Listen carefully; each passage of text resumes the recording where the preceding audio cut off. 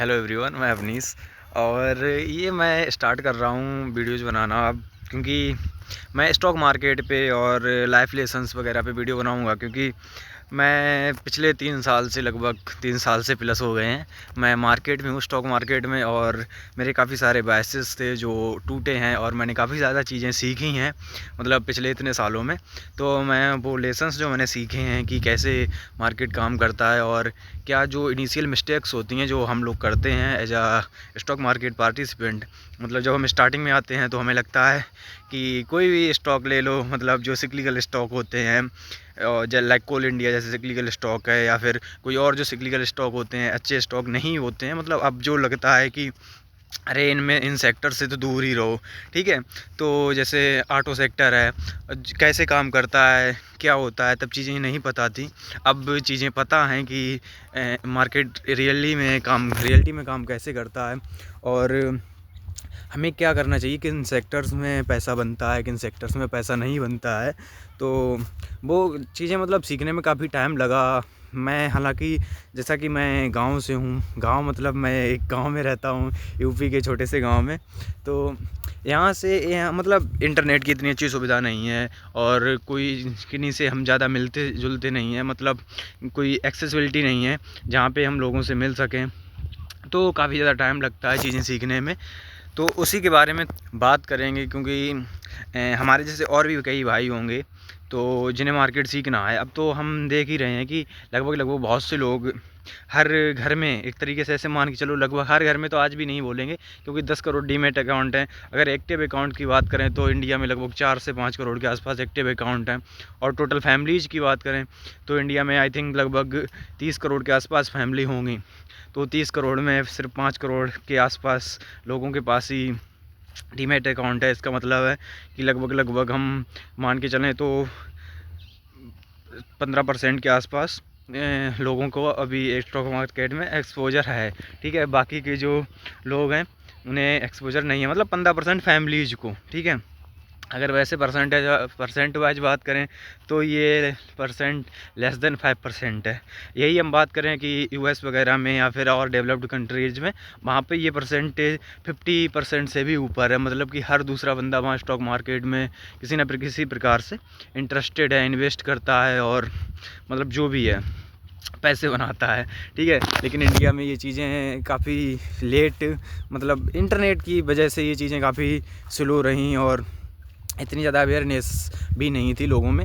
अब थोड़ी बहुत अवेयरनेस हो रही है, लेकिन अभी भी काफ़ी सारे लोग क्या कर रहे हैं कि इन्वेस्टमेंट के नाम पे सिर्फ एसआईपीज किए जा रहे हैं। एसआईपी करना गलत नहीं है, अगर आप क्या और कोई इतना अच्छी इनकम है, सोर्स है, तो वहाँ पे आप एसआईपी करो। अब पता चले आपकी 15,000 रुपये की नौकरी है, 20,000 रुपये की नौकरी है, फिर आप एसआईपी कर रहे हैं क्योंकि कुछ म्यूचुअल फंड मैनेजर्स ने आपको पॉडकास्ट में बोल दिया है कि भाई एसआईपी करो, 2,000 रुपये महीने करोगे तब भी फला टाइम में आपका 1 करोड़ बन जाएगा। मतलब लेट से 2,000 महीने करोगे, जो 12-14% रिटर्न मिलेगा, तो 30 साल में 1 करोड़ बन जाएगा।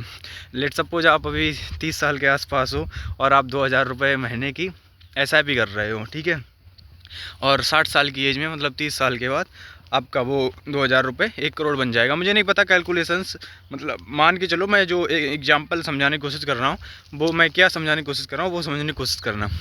तो भाई 60 साल की एज में 1 करोड़ रुपया लेके करोगे क्या, और फिर उसकी टाइम वैल्यू क्या होगी, मतलब उस टाइम पे उस 1 करोड़ रुपये की वैल्यू क्या होगी।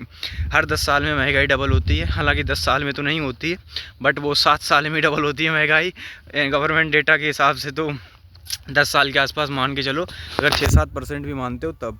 वैसे महंगाई 8 से 10% आसपास रहती है हमेशा।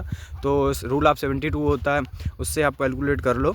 महंगाई लगभग मतलब हर 10 साल में डबल हो जाती है चीज़ों की कीमतें। और 30 साल के बाद जो चीज़ें, मतलब जो पैसा आपके पास होगा, मान लो 1 करोड़ रुपए, 30 साल के बाद उसकी वैल्यू आज के 25 लाख के बराबर होगी। तो तुम इंतज़ार करो, पूरे 30 साल इन्वेस्ट करो पैसे बचा बचा के, उसके बाद तुम्हें जो पैसा मिलेगा उसकी वैल्यू 1/4 के आसपास होगी।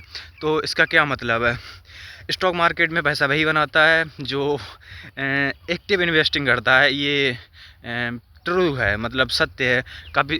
बट म्यूचुअल फंड के लोग ये चीज़ें नहीं बताएंगे, पॉडकास्ट पे ये चीज़ें नहीं बताई जाती हैं, क्योंकि अगर आप अपना पैसा उन्हें नहीं दोगे तो फिर वो ऑडी में कैसे चलेंगे, ठीक है, या मर्सिडीज़ में कैसे चलेंगे।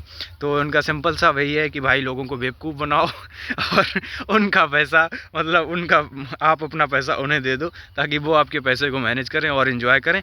फिर एक डिसेंट टाइम के बाद, मतलब 20 साल 30 साल के बाद आपको पैसा मिल जाएगा, और फिर आप, जब आपके दांत ना रहें, फिर आप उस पैसे को यूज करें, ठीक है। तो और ये बताओ, मान लो ठीक है कि आपके दांत रहे भी, किसे पता है कि आप 30 साल 40 साल बाद ज़िंदा रहोगे या नहीं रहोगे, मतलब इतनी अनसर्टेन लाइफ है। तो stock market is all about active investing. मुझे लगता है कि जो एक्टिव इन्वेस्टिंग करता है उसके लिए ठीक है। हाँ, आप इनिशियल टाइम में एक्टिव इन्वेस्टिंग ना भी करो इतनी ज़्यादा, कोई बात नहीं, चलेगा। मतलब आप ऐसा कर सकते हो जैसे आपकी कोई जॉब है अच्छी और वहाँ से अच्छी इनकम आ रही है, तो वो बढ़िया है, कोई दिक्कत नहीं है। और दूसरा आप ये कर सकते हो कि जैसे शुरू के इनिशियल ईयर्स में, मतलब इनिशियल जो टाइम होता है जब तक आपके पैसे ना बने, आप इनिशियल मतलब एक्टिव इन्वेस्टिंग ना करो इतनी ज़्यादा।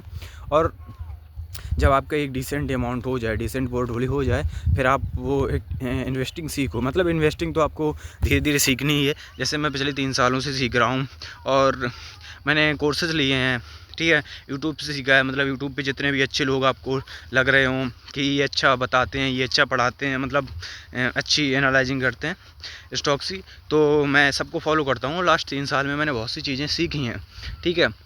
बट मुझे जो चीज़ समझ आई वो क्या है कि जैसे जैसे मैं इस फील्ड में आगे बढ़ता चला जा रहा हूँ, लाइक मैं आज से 3 साल पहले जो था उससे ज़्यादा इम्प्रूव, मतलब जैसे जैसे फील्ड में आगे बढ़ता चला जा रहा हूँ, तो मुझे लगता है कि मैं कितना बड़ा बेवकूफ़ था उस टाइम पे जो मैं ऐसे सोचता था। क्योंकि यहाँ पे यही होता है कि यार धीरे धीरे चीज़ें आप खुद सीखते चले जाते हो, फिर आपको लगता है कि अच्छा ये ऐसे होता है। फिर जैसे आपको एक थोड़ा सा टाइम और बीतता है तो आपको लगता है अच्छा ये कैसे होगा। अब जैसे शुरू में क्या होता था कि मैं सिर्फ मार्केट में स्टॉक से प्राइस देखता था कि लाइक ये प्राइस ऊपर बढ़ रहा है, जैसे मान लो LIC, तो मुझे लगता था LIC इतनी बड़ी कंपनी है और इसका प्राइस ऊपर जा रहा है, तो इसका मतलब मुझे ये लेनी चाहिए क्योंकि इसका प्राइस ऊपर जा रहा है, ठीक है। कोई भी आप मान लो सिक्लिकल स्टॉक्स, कोई भी, जैसे टाटा मोटर्स, तो मैंने काफ़ी सारी गलतियाँ की हैं ये, बट मेरी इतनी गलती नहीं रही हैं। मतलब मैंने जो गलतियाँ की हैं वो इतनी बड़ी गलतियाँ नहीं रही हैं कि मैं मार्केट से ही निकल जाऊँ, ठीक है। तो इनिशियल में मैंने बहुत छोटे से स्टार्ट किया था, अब मैं थोड़ा सा पोर्टफोलियो मेरा ठीक हो गया है, ठीक है। तो अभी मैं ठीक कर रहा हूँ, मुझे लग रहा है जहाँ तक मेरे स्टॉक एकदम, मतलब जो एक क्लास स्टॉक्स होते हैं वो हैं, उसमें कुछ लार्ज कैप भी हैं, कुछ मिड कैप भी हैं, स्मॉल कैप भी हैं, ठीक है, तीनों चीज़ें हैं। और मैं धीरे धीरे अपना पोर्टफोलियो जो है शिफ्ट कर रहा हूँ कि लार्ज कैप से सब निकाल के धीरे धीरे मैं उसे मिड और स्मॉल में रखूँ। स्मॉल कैप में मेरा थोड़ा ज़्यादा एक्सपोजर रहे क्योंकि पैसा स्मॉल कैप में ही बनता है, ठीक है। अब लेट सपोज आप 1 लाख करोड़ या 2 लाख करोड़ से ऊपर की कंपनी लेके बैठ गए, लेट सपोज, मतलब यहाँ पे कोई रिकमेंडेशन या फिर इन्फ्लुएंस नहीं होना, मैं समझाने के पर्पज़ से बात कर रहा हूँ क्योंकि सेबी ऐसा बोल दिए कि आप रिकमेंड और इन्फ्लुएंस नहीं कर सकते हैं, ठीक है। आप सिर्फ एजुकेशन पर्पज़ से बात कर सकते हैं। तो लेट सपोज आपने HDFC बैंक ख़रीद ली, भाई मार्केट कितना है, 14 लाख करोड़ के आसपास शायद उसका मार्केट कुछ है, मुझे नहीं पता, जो भी हो, ठीक है, मैं तो देखता ही नहीं हूँ। तो इतनी बड़ी कंपनी ख़रीद के आप उसे डबल करने में आपके बच्चे के बच्चे हो जाएंगे, ठीक है। मतलब नाती जो होते हैं आपके, उनका चेहरा देख लोगे तब वो स्टॉक कहीं डबल होगा। तो आप समझ सकते हो, मतलब उस कंपनी का जो मार्केट वैल्यू है तब डबल होगी जब वो इतना टाइम ले लेगा। तो फिर आपको भी पैसा वैसे ही बनेगा जिस हिसाब से मार्केट का मल्टीप्लाई होगा, उसी हिसाब का आपका पैसा बनेगा। अब यही कोई आप सही बैंक ले लो, मतलब जो अच्छी है, अपना एक्सपेंशन कर रही है, अपने गाइडेंस बढ़ा रही है और लोन बुक का ग्रोथ कर रही है। जैसे IDFC फर्स्ट बैंक अच्छी बैंक है, थोड़ी बहुत प्रॉब्लम्स हैं, आप उनमें रिसर्च करो, उन बैंकों के बारे में जानो, तो वहाँ पे आपका पैसा बनने के चांसेस अच्छे रहते हैं, ठीक है। तो लार्ज कैप और स्मॉल कैप का ये 2 मैंने एग्जांपल लिए हैं सिर्फ समझाने के पर्पज़ से कि एक बैंक बहुत बड़ी बैंक है जो 7-8-10% के से ग्रोथ कर रही है, दूसरी बैंक है जो लगभग 20-25% से ग्रोथ कर रही है। तो अब ये सही कि पैसा भाई उस बैंक में बनेगा जिसमें 20 से 25% की ग्रोथ है, ठीक है। तो ये काफ़ी सारे मतलब मिसबिलीव्स होते हैं, मतलब क्या बोलते हैं इन्हें, मेंटल ब्लॉक। आपको लगता है कि पैसा इस स्टॉक ने बनाया है तो भाई स्टॉक पैसा बनाएगा, लेकिन ऐसा नहीं होता है, दुनिया चेंज होती रहती है, ठीक है। ऐसे ही किसी और की बात कर लें, जैसे अभी एफएमसीजी में आ जाओ। एफएमसीजी में आप HUL और ब्रिटानिया और ये लेके बैठे हो, ठीक है, नेस्ले वगैरह, तो कहाँ से पैसा बनेगा? ये सिंगल डिजिट ग्रोथ कर रहे हैं, ठीक है, तो मतलब ये वैसे ही पैसा बनाएंगे। और लोगों को मतलब ये लगता है ठीक है बड़े स्टॉक हैं, हमारा पैसा डूबेगा नहीं, रिस्क नहीं है इसमें। भाई जब रिस्क नहीं लेनी है तो फिर क्यों आ रहे हो मार्केट में?